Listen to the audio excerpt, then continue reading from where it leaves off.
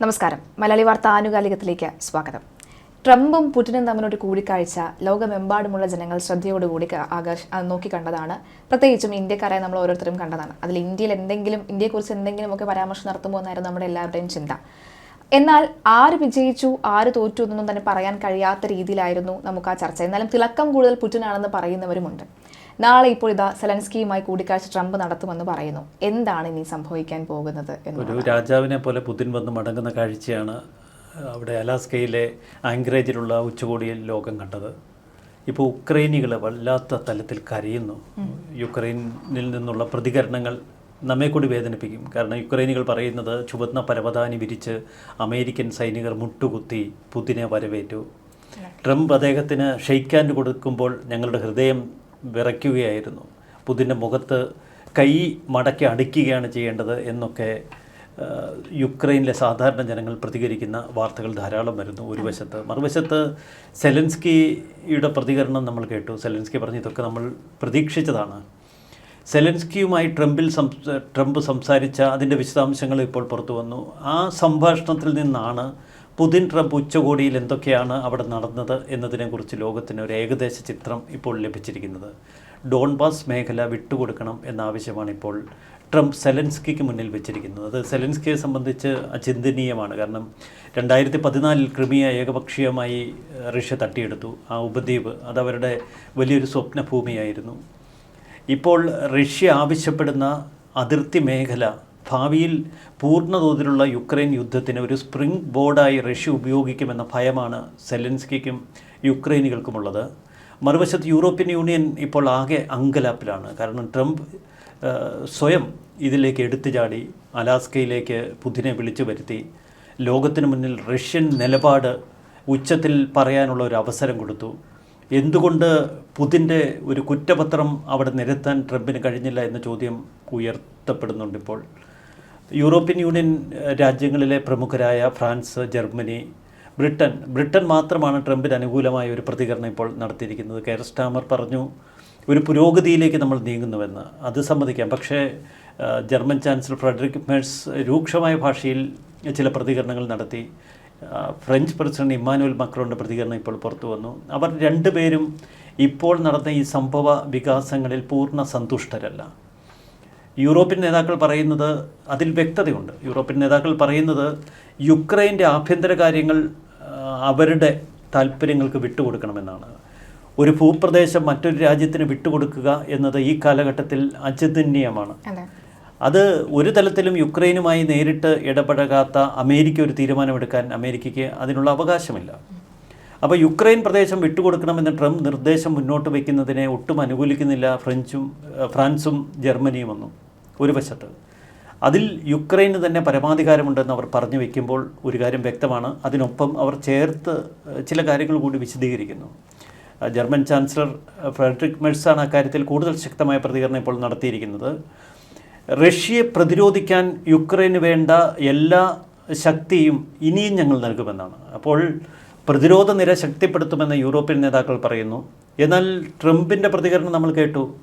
Russia ശക്തരാണ്, നിങ്ങൾ അങ്ങനെയല്ല. ഇതാണ് സെലൻസ്കിയോട് ട്രംപ് പറഞ്ഞ വാക്കുകൾ. ഉച്ചകോടിക്ക് ശേഷം ട്രംപ് പുറത്തേക്ക് ഇറങ്ങി മാധ്യമപ്രവർത്തകർ പറഞ്ഞപ്പോൾ ട്രംപ് പറഞ്ഞു ശക്തനായ റഷ്യൻ ഭരണാധികാരിയുമായി നമ്മൾ ചർച്ച നടത്തി, അവർ ശക്തരാണ്, എന്നാൽ യുക്രൈൻ അങ്ങനെയല്ല. അത് പരസ്യമായി പ്രഖ്യാപിക്കുകയാണ്. ഒരു യുദ്ധത്തിൻ്റെ മനഃശാസ്ത്രപരമായ സമീപനം അതിൽ വ്യക്തതയുള്ള ആളാണ് ഡൊണാൾഡ് ട്രംപ്. ഉച്ചകോടിക്ക് ഒരുങ്ങുന്നതിന് മുൻപ് ട്രംപ് വ്ളാദിമിർ പുതിനെ നിരുത്സാഹപ്പെടുത്തുന്നതിനായി ദുർബലനാക്കുന്നതിനായി നിരവധി പ്രസ്താവനകൾ നടത്തുന്നത് നമ്മൾ കണ്ടു. ഈ ഉച്ചകോടി നിരാശയോടെ പിരിയേണ്ടി വന്നാൽ നിങ്ങൾക്കെതിരെ കടുത്ത ഉപരോധങ്ങളിലേക്ക് കടക്കും, റഷ്യ ചരിത്രത്തിൽ ഇന്ന് വരെ കണ്ടിട്ടില്ലാത്ത നടപടികൾ നേരിടുന്ന ഒരു കാലഘട്ടത്തിലേക്ക് കടക്കും എന്നൊക്കെ പറഞ്ഞവരെ ഭയപ്പെടുത്തുന്നു. ആ ഭയപ്പെടുത്തലുകൾക്കൊടുവിൽ പുതിൻ്റെ മുന്നിലിരിക്കുന്ന ട്രംപ് പുതിന് കൈകൊടുക്കുന്ന ശരീരഭാഷ നമ്മൾ കണ്ടു.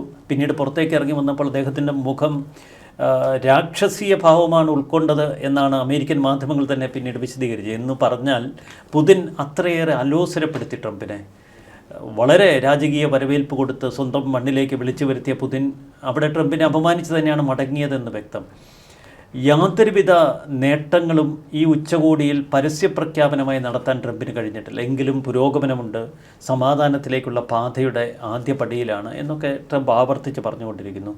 ഇവിടെ ട്രംപ് വല്ലാത്തൊരു ദുർഘടാവസ്ഥയിലാണ്. ഇവിടെ നിന്ന് പിന്നോട്ട് പിൻവലിയേണ്ടി വന്നാൽ അത് ട്രംപിൻ്റെ ഒരു ലോകവ്യാപകമായ അസ്തിത്വത്തെ ചോദ്യം ചെയ്യപ്പെടും.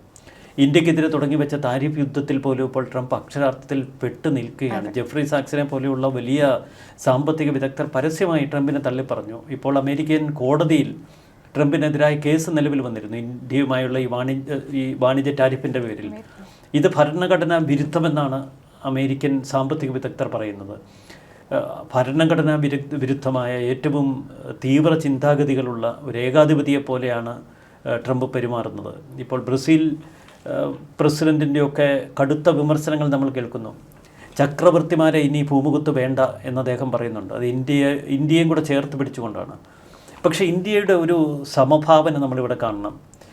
അതിരൂക്ഷമായ പ്രതികരണങ്ങളില്ല, നമ്മൾ പൊട്ടിത്തെറിക്കുന്നില്ല, എന്നാൽ ശാന്തതയോടെ കാര്യങ്ങൾ കൈകാര്യം ചെയ്യുന്നു. ഉച്ചകോടിക്ക് തൊട്ട് മുൻപ് ഇന്ത്യക്ക് മേൽ നമ്മൾ ചുമത്തിയ കനത്ത താരിഫാണ് ട്രംപിനെ ഇവിടെ എത്തിച്ചത് എന്ന അവകാശവാദം ട്രംപ് ഉയർത്തിയിരുന്നു. തൊട്ടു പിന്നാലെ ഇന്ത്യ ഈ കഴിഞ്ഞ സാമ്പത്തിക വർഷത്തെ ഈ കഴിഞ്ഞ മാസത്തെ കണക്കുകൾ പുറത്തുവിട്ടു. റഷ്യയുമായുള്ള വാണിജ്യ ഇടപാടുകളുടെ ജൂലൈ മാസം റഷ്യയിൽ നിന്ന് പ്രതിദിനം ഇറക്കുമതി ചെയ്തിരുന്നത് 16 ലക്ഷം ബാരൽ ക്രൂഡ് ഓയിലായിരുന്നു. പക്ഷേ ഇപ്പോൾ ഓഗസ്റ്റ് മാസം പിറന്ന പിന്നെ അത് 20 ലക്ഷമാക്കി ഇന്ത്യ ഉയർത്തി. അമേരിക്കയുടെ കണക്കിൽ കുറവ്, സൗദി അറേബ്യയിൽ നിന്നുള്ള എണ്ണ ഇറക്കുമതിയിൽ കുറവ്, ഇറാഖിൽ നിന്നുള്ള എണ്ണ ഇറക്കുമതിയിൽ കുറവ് വ്യക്തമായ സന്ദേശമാണ്.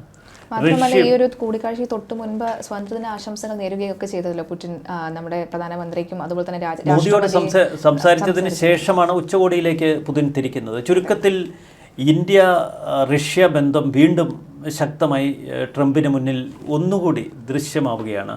അതുകൊണ്ടാണ് ഇന്ന് ജെഫ്രി സാക്സ് പറഞ്ഞത് ബ്രിക്സ് ഉൾപ്പെടെയുള്ള സംഘടനകൾ കൂടുതൽ ശക്തിപ്പെടുത്താൻ ട്രംപിൻ്റെ ഈ നയപരിപാടികൾ ഇടവരുത്തുമെന്ന്. അമേരിക്കയെ ചോദ്യം ചെയ്യുന്ന ലോകശക്തികൾ ഇപ്പോൾ ശക്തിപ്പെടുന്നുവെന്ന് ജെഫ്രി പറയുന്നു. മറുവശത്ത് ബ്രിക്സ് ഒരു ഏക നാണ്യ വ്യവസ്ഥയിലേക്ക് വന്നാൽ, അമേരിക്കയ്ക്കെതിരെ ഡോളറിനെതിരെ ഒരു ശക്തമായ നാണ്യ വ്യവസ്ഥ അവർ അവലംബിച്ചാൽ അത് വീണ്ടും ട്രംപിനെയും അമേരിക്കയെയും പരുങ്ങലിലാക്കും. ഈ ഡെവലപ്മെൻറ്റ്സിലെ യാതൊരുവിധ പ്രതികരണങ്ങളും മിഡിൽ ഈസ്റ്റ് കൺട്രീസ് ഇപ്പോൾ നടത്തുന്നില്ല. യൂറോപ്യൻ യൂണിയൻ ഇന്ത്യക്കെതിരെ ഈ ചുമത്തിയിരിക്കുന്ന 50% ടാരിഫിനെതിരെ അനുകൂലമായോ പ്രതികൂലമായോ പ്രതികരിക്കുന്നില്ല. ട്രംപിൻ്റെ ഈ വങ്കൻ തീരുമാനങ്ങളോട് ഇവരൊക്കെ മാനസികമായി അകന്നു നിൽക്കുന്ന കാഴ്ചയാണ്. അപ്പോൾ ട്രംപ് പൂർണ്ണമായും ഇപ്പോൾ ഒരു പത്മവ്യൂഹത്തിൽ അകപ്പെട്ട് നിൽക്കുകയാണ്. ഒരു വശത്ത് റഷ്യ, ഒരു വശത്ത് ഇന്ത്യക്കെതിരെയുള്ള വാണിജ്യ യുദ്ധം, മറുവശത്ത് അലാസ്കയിൽ ട്രംപ് കാട്ടിക്കൂട്ടിയ ഈ ഉച്ചകോടിയോടനുബന്ധിച്ചുള്ള കാര്യങ്ങൾ. എങ്ങനെയെങ്കിലും മുഖം രക്ഷിക്കാൻ നാളെ സെലൻസ്കിയെ വൈറ്റ് ഹൗസിലേക്ക് വിളിച്ചു വരുത്തി സമ്മർദ്ദം കൊടുക്കുക എന്നാണ് ഇപ്പോൾ ട്രംപ് പദ്ധതിയിടുന്നത്. ഈ സെലൻസ്കി നാളെ വരുമ്പോൾ ഏറ്റവും ഒടുവിലായി വൈറ്റ് ഹൗസിൽ സെലൻസ്കി വന്നു പോയത് ഓർമ്മയുണ്ടാകും. മാധ്യമപ്രവർത്തകർക്ക് മുന്നിൽ ട്രംപിനെ വെല്ലുവിളിച്ചുകൊണ്ട് ദേഷ്യപ്പെട്ടുകൊണ്ട് ഇറങ്ങിപ്പോകുന്ന സെലൻസ്കിയാണല്ലോ നമ്മൾ കണ്ടത്. ഭ്രാന്തൻ എന്ന് പോലും വിശേഷിപ്പിക്കുന്ന സാഹചര്യം ഉണ്ടായിരുന്നല്ലോ. അപ്പോൾ ആ ഒരു രീതിയിലേക്കായിരിക്കുമോ നാളത്തെ ഒരു ചർച്ച പോവുകയുണ്ടാവുക? എങ്ങനെയായിരിക്കും അപ്പോൾ നാളെ നമുക്ക് കാണാൻ സാധിക്കുക എന്നുള്ളതാണ്. അല്ല, പഴയ സെലൻസ്കി അല്ല പിന്നീട് നമ്മൾ കണ്ട സെലൻസ്കി. പക്ഷേ അമേരിക്കയ്ക്ക് മുന്നിൽ ഒന്ന് മുട്ടുകുത്തി. അത് പ്രകൃതി ധാതുക്കളുടെ കാര്യത്തിൽ അമേരിക്കയുമായി ഉണ്ടാക്കിയ ഒരു കരാർ. ആ കരാറിനെ തുടർന്നാണ് സൈനിക സഹായം ഇപ്പോൾ അമേരിക്ക നൽകുന്നത്. പക്ഷേ ഇതൊരു വ്യവസ്ഥാപിത കരാറാണ്. ഇത്തരമൊരു വെടിനിർത്തലിനായി ട്രംപിന് ഉപദേശിക്കാൻ കഴിയും സെലൻസ്കിയെ. അതിലപ്പുറം സമ്മർദ്ദത്തിലാഴ്ത്താൻ കഴിയില്ല. പഴയതുപോലെ ട്രംപിനൊരു കരാർ നിലവിലുള്ളത് കൊണ്ട് യുക്രൈന് മേൽ കനത്ത സമ്മർദ്ദം ചെലുത്താൻ ഇപ്പോൾ സാധിക്കില്ല. നേരത്തെ സെലൻസ്കി അന്ന് വൈറ്റ് ഹൗസിലേക്ക് വിളിച്ചു വരുത്തി സമ്മർദ്ദത്തിൽ ആഴ്ത്തിയതിന് പിന്നിൽ ട്രംപിൻ്റെ വാണിജ്യ താല്പര്യങ്ങളായിരുന്നു, സാമ്പത്തിക താല്പര്യങ്ങളായിരുന്നു. എന്നാൽ അതിനു മുന്നിൽ സെലൻസ്കിയും യുക്രൈനും കീഴടങ്ങി. അമേരിക്കയുമായി ഉണ്ടാക്കിയ വാണിജ്യ കരാർ തിരികെ യുക്രൈൻ്റെ സുരക്ഷാ കാര്യങ്ങളിൽ കൂടുതൽ ശക്തമായ ഇടപെടൽ നടത്തുമെന്ന വ്യവസ്ഥ അതിലുണ്ട്. ഇത്തരം കരാർ വ്യവസ്ഥകൾ ലംഘിച്ചാൽ ലോകക്രമത്തിൽ ട്രംപിൻ്റെ ഒരു പ്രാമുഖ്യമിടിയും ഒരു വ്യവസ്ഥയില്ലാത്തവൻ എന്നൊരു പേര് വന്നു വീഴും. അത് ട്രംപ് ഇഷ്ടപ്പെടുന്നില്ല. അതുകൊണ്ട് സെലൻസ്കിയോട് നാളെ ഒരു അനുനയ സംഭാഷണത്തിനായിരിക്കും ട്രംപ് ശ്രമിക്കുന്നത്. ഒരു പക്ഷേ ഡോൺബാസിൻ്റെ ഒരു ഭാഗം റഷ്യക്ക് വിട്ടുകൊടുക്കേണ്ടി വന്നേക്കാം യുക്രൈന്. അങ്ങനെ വന്നാൽ യുക്രൈൻ ആവശ്യപ്പെടുക നാറ്റോ അംഗത്വമാകാം.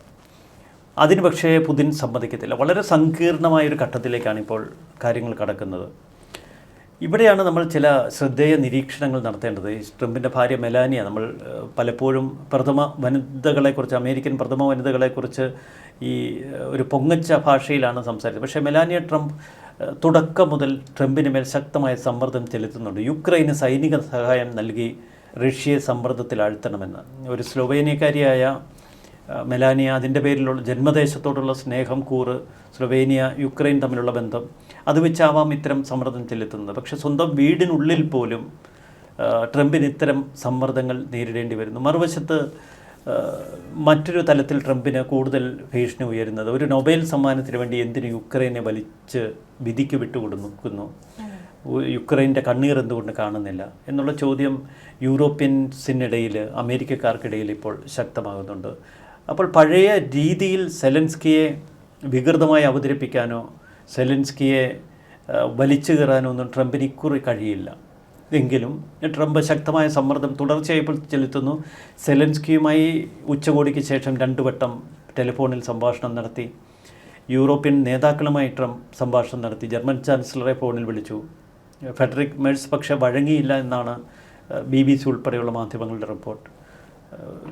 ഇമ്മാനുവൽ മക്രോൺ ഇപ്പോൾ ലോകരാജ്യങ്ങൾക്ക് ഒരു പിടികൊടുക്കാതെ നിൽക്കുകയാണ്. പലപ്പോഴും ഇസ്രായേൽ വിഷയത്തിൽ ഉൾപ്പെടെ ഫ്രാൻസിൻ്റേതായ ഒരു നിലപാട് സ്വീകരിക്കുന്ന കാഴ്ച. അതിസങ്കീർണമായ ദുർഘടമായ ഒരു അവസ്ഥയിലേക്കാണ് ഇപ്പോൾ യുക്രൈൻ യുദ്ധത്തെ ട്രംപ് എത്തിച്ചിരിക്കുന്നത്. പക്ഷേ ഇത് മാത്രമേ ഒരു പോംവഴി ഉള്ളല്ലോ എന്ന് ചോദിക്കുന്ന ഒരു വിഭാഗവുമുണ്ട്. ട്രംപ് ശ്രമിക്കുന്നതൊരു സമാധാന കരാറിന് വേണ്ടിയല്ലേ? പക്ഷേ ഇവിടെ മറ്റ് ചില കാര്യങ്ങൾ കൂടി നമ്മൾ എടുത്തു പറയേണ്ടതുണ്ട്. ഉച്ചകോടിക്ക് പുറപ്പെടുമ്പോൾ ട്രംപ് സെലൻസ്കിയോട് പറഞ്ഞത്, ഞാനൊരു അടിയന്തര വെടിനിർത്തലിൽ എത്തിക്കുമെന്നാണ്. നമുക്ക് സ്ഥിരമായ കാര്യങ്ങളിൽ ഒരു ചർച്ച ചെയ്ത് പിന്നീട് ഒരു ആത്യന്തിക സമാധാന കരാർ ഉണ്ടാക്കാം. ഇപ്പോൾ നമുക്ക് വേണ്ട ഒരു താൽക്കാലിക വെടിനിർത്തൽ കരാറാണ്. എന്നാൽ ആ വെടിനിർത്തൽ കരാറിൽ എത്തിക്കാൻ ട്രംപിന് കഴിഞ്ഞില്ല. താൽക്കാലിക സമാധാന കരാർ പോകട്ടെ. അവിടെ ട്രംപ് ഇപ്പോൾ മലക്കം പറഞ്ഞ് സെലൻസ്കിയോട് ഇപ്പോൾ പറഞ്ഞിരിക്കുന്നത്, നമുക്കൊരു താൽക്കാലിക വെടിനിർത്തൽ കരാർ പ്രയോജനരഹിതമാണ്, ഒരു സ്ഥിരമായ സമാധാന കരാറാണ് വേണ്ടത്. അതിന് നമ്മൾ ക്ഷമയോടുകൂടി കാര്യങ്ങൾ നീക്കണം, വിട്ടുവീഴ്ച ചെയ്യണം, അവർ ശക്തരാണ്. അപ്പോൾ വിചിത്രമായ വാദഗതികൾ ഉയർത്തുന്നു. മുൻപ് സെലൻസ്കിയെ കണ്ടുമുട്ടി തിരിച്ചു വരുന്ന ട്രംപിൻ്റെ മുഖഭാവമല്ല ഉച്ചകോടിക്ക് ശേഷം ഒരു പരാജിത ഭാവമാണ്. പുതിനോട് ഇന്ത്യ സമ്മർദ്ദം ചെലുത്തണമെന്ന് മുൻപ് ട്രംപ് ആവശ്യപ്പെട്ടിരുന്നു. ഉച്ചകോടിക്ക് ശേഷം ഇന്ത്യയെ പരാമർശിക്കാൻ ട്രംപിന് കഴിയുന്നില്ല. അവിടെയും വളരെ ദുർബലനായിരിക്കുന്നു. അപ്പോൾ പഴയ ഒരു ചക്രവർത്തിയുടെ മുഖമല്ല, ദുർബലനായ ഒരു ലോക പോലീസ് മേധാവിയുടെ മുഖം എന്ന തലത്തിലേക്ക് ഇപ്പോൾ ട്രംപ് ഇത്തിരി ഒന്ന് ചുരുങ്ങിയിരിക്കുന്നു. അതാണ് അവിടുത്തെ അതാണ് ഇപ്പോൾ നമുക്ക് യുക്രൈൻ മുഖത്ത് കാണാൻ കഴിയുന്നത്. ഇപ്പോൾ ഈ നാളത്തെ ഈ സെലൻസ്കിയുടെ ഒരു വരവ് എന്ന് പറയുന്നത് ഈ പുടിൻ്റെ ഉപദേശവുമായി ബന്ധപ്പെട്ടായിരിക്കാമോ? അതിൽ എന്തെങ്കിലും ഒരു അല്ല, പുടിൻ ശക്തമായ വാദമുഖങ്ങൾ ട്രംപിന് മുന്നിൽ ഉയർത്തി എന്ന് വ്യക്തമാക്കുന്നതാണ് ഇപ്പോഴത്തെ ഈ ചടുല ഗതിയിലുള്ള നീക്കങ്ങൾ. ഇപ്പോൾ റഷ്യ കനത്ത ആക്രമണമാണ് യുക്രൈന് നേർക്ക് നടത്തിക്കൊണ്ടിരിക്കുന്നത്. അപ്പോൾ പുടിൻ പറഞ്ഞത് ചൂടാറാതെ സെലൻസ്കിക്ക് മുന്നിൽ അവതരിപ്പിക്കാൻ ശ്രമിക്കുന്ന ഒരു കൂട്ടുകാരൻ്റെ വേഷത്തിലേക്ക് ട്രംപ് അതമ്പതിച്ചിരിക്കുന്നു. ആദ്യം സുഹൃത്തായിരുന്നു, പിന്നീട് അമേരിക്കയുടെ ഏറ്റവും മുഖ്യ ശത്രുവായി പുതിനെ പ്രഖ്യാപിച്ച ട്രംപ് പുതിനെതിരെ ഭീകരവാദ നിയമം വരെ പ്രയോഗിക്കുമെന്നൊക്കെ ഭീഷണിപ്പെടുത്തിയ പുതിൻ കടുത്ത ഉപരോധങ്ങളിലൂടെ റഷ്യയെ തറപറ്റിക്കുമെന്ന മുന്നറിയിപ്പ് നൽകിയ ട്രംപ് അവിടെ നിന്നൊക്കെ പിന്നോക്കം വലിഞ്ഞ് ചുമന്ന പരവതാനി വിരിച്ച് സ്വീകരിക്കുകയാണ്. ഒപ്പം ഫൈറ്റർ ജെറ്റ് അടക്കമുള്ളവ നൽകി ആദര സൂചകമൊക്കെ നൽകിയൊക്കെ തന്നെ സ്വീകരിക്കുകയാണ്. തീർച്ചയായിട്ടും നാളെ സെലൻസ്കിയുമായുള്ള ചർച്ച കൂടി നിർണായകമാവുകയാണ്. ഈ ഒരു ഘട്ടത്തിൽ രാജ്യമെമ്പാടുമുള്ള ജനങ്ങൾ ഇപ്പോൾ ട്രംപിന് കഷ്ടകാലമാണ് എന്ന് പറയുന്നുണ്ട്. കാരണം അമേരിക്കൻ ഉപഭോക്താക്കളെ സംബന്ധിച്ച് കഷ്ടകാലം തുടങ്ങി. അതെ അതെ, അവിടെ അമേരിക്കയിലെ വിലസൂചിക ഇപ്പോൾ കൂടിക്കൊണ്ടിരിക്കുകയാണ്. ഇത് കുറച്ച് കഴിയുമ്പോൾ ഒരു പൊട്ടിത്തെറിയിലെത്തും. ഭരണഘടനാ വിരുദ്ധമായ തീരുമാനങ്ങളുടെ പേരിൽ ഇപ്പോൾ കോടതി വ്യവഹാരങ്ങളിലേക്ക് പ്രസിഡന്റ് പെടും. ഇന്ത്യ തൊട്ട് ആകെ പെട്ട അവസ്ഥയിലേക്കാണ് പോകുന്നത്. അതെ, ഇന്ത്യയിൽ തൊട്ടവരാരും നന്നായിട്ടില്ല എന്ന് പറയുന്ന പോലെ തന്നെ എന്തായിരിക്കും അവസ്ഥ എന്ന് കണ്ടറിയാം. നാളെ എങ്ങനെയായിരിക്കും കൂടിക്കാഴ്ച എന്നുള്ളതല്ലേ സർ? തീർച്ചയായിട്ടും കാത്തിരുന്ന് കാണാം. തീർച്ചയായിട്ടും. നന്ദി, നമസ്കാരം.